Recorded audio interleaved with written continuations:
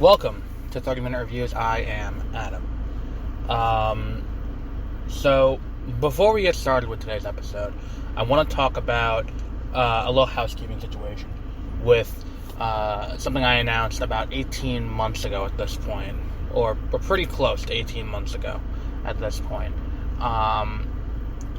If you go on Spreaker, which is our hosting site for the podcast, you will see we have 4 podcasts.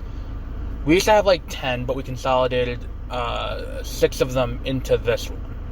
Cyber Drama, 5 hours a day, all that stuff all got consolidated into this. And because this podcast kind of encompasses all, except for politics and new release movies in theaters, that this is kind of a catch-all for everything else. So when we discuss video games, we'll do it here. When we discuss anything else, we'll do it here.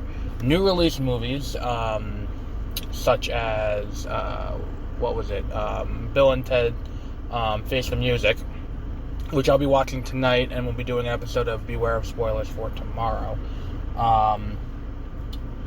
Which is gonna feel good. It's been a long time since I saw a new movie. Basically, if it's out on DVD, we don't do it here. If it's out on digital only, we're gonna put it there. Because one of those, the digital, the digital while it's in, you know what I'm saying.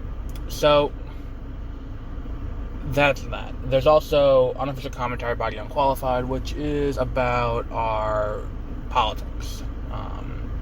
Politics and really good local news. A lot of what happens on Long Island, in New York, is all covered kind of there. Or any news story that I feel I need to comment on, we talk about that. So there was a big talk about the DDI facility in Smithtown, local elections here, things of that nature. Then there was one other that we've never uploaded an episode to, but we just wanted to reserve the name for. Case Files of a Vigilante. Originally, this was going to be a fiction podcast, kind of like EOS 10 or Welcome to Night Vale or something like that. And one of the real things that I wanted to do with it was kind of adapt a world of heroes into a podcast. And one of the issues that I kept running into was, how do I kind of broach this situation? What do I do to bring this world to life to an extent? And it was a tough question. There's a lot of moving parts that go into this, and there's a lot of things that need to, go right, for lack of a better word, for it to work and for it to sound good. And I think we've got a solution. I ordered a new microphone for it because I will not be recording this out of my car. Like I've been doing this podcast, and usually Beware of Spoilers, I've been doing out of my car. This one will not be recorded out of my car. And in fact, where I am right now is, usually it's determined based on what's on Pokemon Go in the area. Because I'm currently in a parking lot where in about a half hour there's going to be a mega raid for, for that. So here we are. We are, discussing this. Now, this podcast that we're going to be doing is fiction, and will be narrated as if it were a audiobook. And this will be starting in early January. It'll be a weekly podcast going up on Sunday night, chapter by chapter, as we go through the story, in an effort to kind of test the waters a little bit, to test reception and test ratings and see how well we do. The first episode will be, the first, book, quote unquote, will be Swan Song, which was my book that came out in,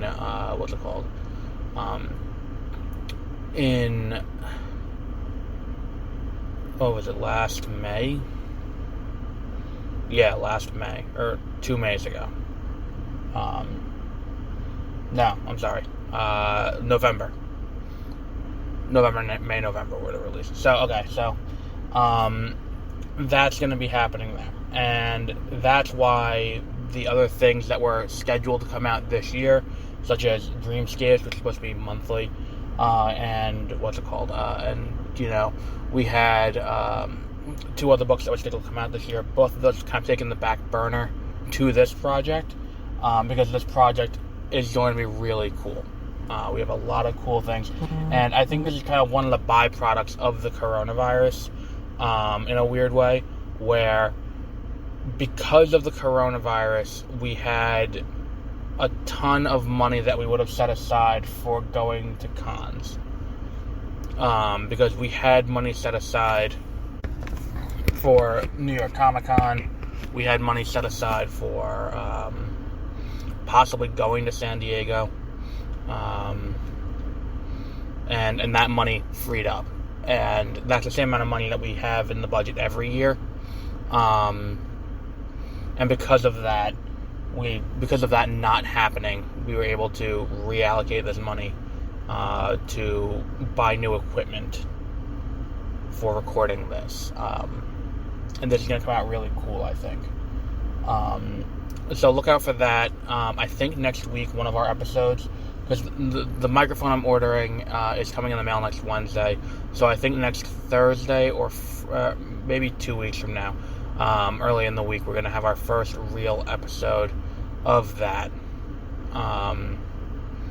where we discuss where we will be able to put up a scene from that right as an audiobook. I have a few scenes to choose from. I have 2 scenes from Swan Song. There's one relatively early on, actually very early on, from like the first chapter, where we get kind of the backstory for the heroes from 20 years prior. We have a scene from the end of Swan Song, which is the scene in the truck, which is one of my favorite scenes in the entire book. The scenes in the truck. Then we also have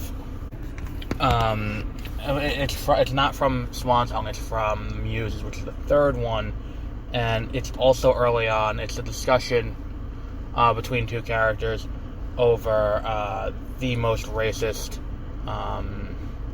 Christmas song. And I think it all kind of is. They're all really, great scenes. I think we're gonna end up going with the one with the what's it called? The one with the one from early on in Swan Song, but I'm not 100% yet. But either way, one of those is going to happen. So that'll be happening at some point next week. I just wanted to get that out of the way before we go into this week's today's episode, which ordinarily goes up at 8 a.m., but due to the fact that we had I hadn't watched, because it's a weird thing to drop the finale on a Thursday. Like, that's weird. Like, new releases tend to come out on Friday, but for whatever reason, they dropped the last 2 episodes of Infinity Train on a Thursday. Which is... And the thing is, too, like, I was behind to begin with. I didn't watch it as it started. I didn't start watching it until, like, early last week, and at that point there were only 8 episodes out of the 10. And one of the things I want to talk about first, to kind of get context for this, is the treatment of Legend of Korra on Nickelodeon, and the history behind the release of Legend of Korra, and to an extent Avatar, because I seem to recall this happening with Avatar: The Last Airbender too, where when they were finally doing the Fury of the Fire Nation, I think the event was called, where they revealed the 2 new episodes, where they go through the Serpent's Pass and then the drill, back-to-back episodes. They did it as like a mini movie, Fury of the Fire Nation, at release. And what happened was they bungled the release by putting the episode up on demand early. So that day, before going to school, and I was in junior high at the time, I was able to watch it on demand. Like, I went on, watched it on demand, then went to school, and, then it aired that night for the first time, and they messed that up. And this is not unique to Avatar: The Last Airbender, where there was a long time where we didn't know when Book 3 was coming. And then, for whatever reason, they never aired it, and, like, the DVDs for Book 3 started coming out. Like, they released it, like, all of the DVDs, like, Book 1, Part 1, Book 2, Part 2, Book 3, Book 1, Part 1, Book 1, Part 2, Book 1, Part 3, Book 1, Part 4, into different parts. And they would release them in those batches, and then they'd bundle it all together, and that would be the complete season. And that's fine, however you want to release it. But they were releasing the DVDs for Book 3 before they aired on television, which hurt ratings. Then we had the issue with, what was the other one that happened after that? Then came they kind of stumbled through the finish line, and the final 5 episodes all aired in 1 week, one after the other, leading to Sozin's Comet in the finale on the last day. And then they never aired it in reruns. So then a few years later, they announced Legend of Korra is happening, and they announced 1 season. It's going to be a mini-series, and it comes out Book 1 Air, which makes sense. So they did Water, Earth, Fire for Avatar: The Last Airbender, then they go on to Legend of Korra Air. Okay, cool, makes sense. And when they do that, the big kind of issue was they announced this show to be 1 season. So it was written to be 1 season, and it's 1 short season. So the plot with Amon wraps up, which causes the show to become an anthology from then on out, which means that the next season, Book 2, which is Spirit, has to cover an entirely different thing, because it's like, they're not going to really go into, you could have, there was grounds you can go into where it's like, yeah, there's just going to be another Amon, but he's not going to be another waterbender who can take away people's bending through blood bending. And I remember reading on the forums at the time, people guessed that, but because the guy from the opposing team who got his bending taken away got, what's it called? He looked like he had a form of blood cancer. But either way, what happened was, then from Book 2 aired on Nickelodeon, Book 3 leaked online through Nickelodeon's own site. Now, it wasn't a leak like it ended up on the Pirate Bay or it ended up on YouTube or something like that. No, they called it a leak, but Nickelodeon's own site put it up too early. And it was available online, and anyone was able to watch it. And you can watch it with, with English subtitles, or you can switch it to English, or there were so many options to just watch it. And the issue became, well, now we've leaked it online. And that hurt that hurt the sales. Now, the other thing is, considering it's a sequel series to an older show, the target audience is people who watched the older show, who are now older. So, on top of the fact that it was still not quite hitting the right target audience, but they also had the issue where now, because it was set that way, people were missing out on, they set a bad time for the show to actually air. Because when they moved it from Saturday mornings at 11 or at noon, and they moved it was paired with Power Rangers Samurai, and they moved it to, what was it? They moved it to Friday nights, which is a terrible spot for it. Considering the target audience is now high school and college age, Friday night is not a good night to air a new episode of a TV show for that target audience. It's like if you look at traditional cable, any show with a target audience 18 to 25 doesn't air in that time because no one's going to watch it because they're out doing things. So all that's happening. And then comes, and then the ratings tank because they have the new terrible time slot. And then season 4 is put entirely on digital, where it's unceremoniously canceled and not picked up after that. And it's kind of the same thing that they're doing with Infinity Train. And let me tell you why. I didn't know Infinity Train got picked up for a season 3. I knew there was a season 1, and I knew there was a season 2 because it didn't say the complete series on the DVD for season 1. It just said book 1 on it. So I knew there was a book 2. There had to have been a book 2. Otherwise, they wouldn't have said this is book 1. So I didn't know there was a book 3. And I didn't know there was a book 3 until I was online and I saw people talking about this character Grace, and I'm like, who the hell is Grace? And then I watched book 2, and I'm like, oh, that's Grace. And then it's like, but wait, there's not enough here to really talk about her to this degree. And then, oh no, there's book 3 on HBOMax. Okay, cool. So I look on HBOMax, and it's not one of their top shows, and not based on ratings, like how Netflix has the top 10. Like, typically, a company that has streaming service will advertise their own original streaming program, because that's the other thing that's going to set them apart, is that it's going to, like, we want to advertise the thing we're spending a lot of money to make, because that makes sense. We want to recoup our investment on that, and that's not one of the, you have to, like, scroll through and find Infinity Train, book 3. So I find it, and then I saw an advertisement today on Twitter, and it was like, Infinity Train book 3, it didn't even mention Infinity Train, that's what it was. The advertisement was just of all the animated stuff on HBO Max, but it omitted entirely the, what's it called?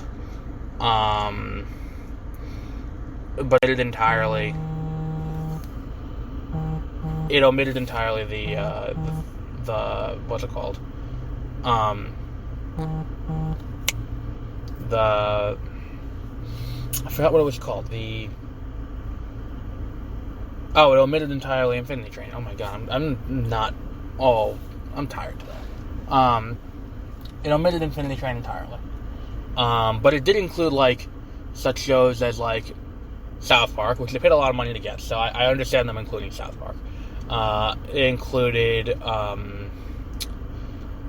Rick and Morty, which is another huge draw, but they do not have season 4 of Rick and Morty on there for whatever reason. And then they show things like Aqua Teen Hunger Force, which I've watched a lot of Aqua Teen Hunger Force, not by choice, and not because I've gone out of my way to watch Aqua Teen Hunger Force, but because I fell asleep while watching Adult Swim. And it's a perfect thing to turn off have the TV turn off during. And that's basically what, like, that's the problem is that it's not TV that anyone's like, I'm gonna go out of my way to look for this. Like, it's funny, but it's like if it's on, I'll watch it. But they're advertising that, and it's not, like, that's not something you need to advertise, because that's something that's wholly owned by Warner Media. They didn't pay money for it. It's already, like, they presumably already own the streaming rights. They probably didn't have to buy out of a contract with Netflix for it. So there was no reason to do that. And yet they're advertising that, but they're not advertising Infinity Train. And apparently there's a risk of Infinity Train not getting picked up now because people aren't watching it. And the reason people aren't watching it is because they don't know it exists. And it's a fantastic show. And this season is probably my favorite season so far. Because it deals with, it deals with making people feel like the other, and treating people based on preconceived notions. It's such a great look at what turns people. It kind of reminded me of the Agent Liberty episode of season 4 of Supergirl, where it's like, we get to look as to how this guy radicalized and how he got to this point, and you see why. It doesn't make him a good person. It doesn't forgive what he's done or what he's doing, but you're like, oh, that's the point A to point B of this, and it's like, and I love that they're doing, it's unique. Grace's redemption story is very unique on this show so far, where she didn't want to leave the train, and now I don't think we don't, and that's the other thing too, is we don't really get a resolution to the plot on this either. I feel like when they did pods of episodes and they did 442, they could have done 444 and did 2 more episodes that would resolve Grace getting off the train. But now we can start out next season with more Grace, and I think that's if they do get a next season. Because I want the resolution to Grace's plot. This is a pretty big open-ended thing, and now she's got all these kids because, what's his name, died. And they got all these kids, and, they gotta get their act together and fix what they've messed up. But I feel like that resolution, I get that, her getting rid of her abuser is a big part of it, but now I want to see them take this a step further. I want to see them have her escape the train and go back to living go back to her life and resolve that plot line. I feel like that'd be a better way to end her story. So we'll wrap up here. And if you have not watched Infinity Train, please watch Infinity Train. It is so good. It's at risk of not getting picked up, and it's a travesty that the show isn't as widely talked about as it should be. And because it's just so unique. It's such a good show. So check it out. Again, episodes are 11 minutes long, so it's not a huge time commitment. This show has all the hallmarks of being something that people are watching, but for whatever reason they're not, and it's really because HBOMax isn't promoting it, which is bizarre. So we'll wrap up there for today. We got a ton more episodes coming in the next few days, so stick around and see what we got coming. Until then, have a great rest of your week.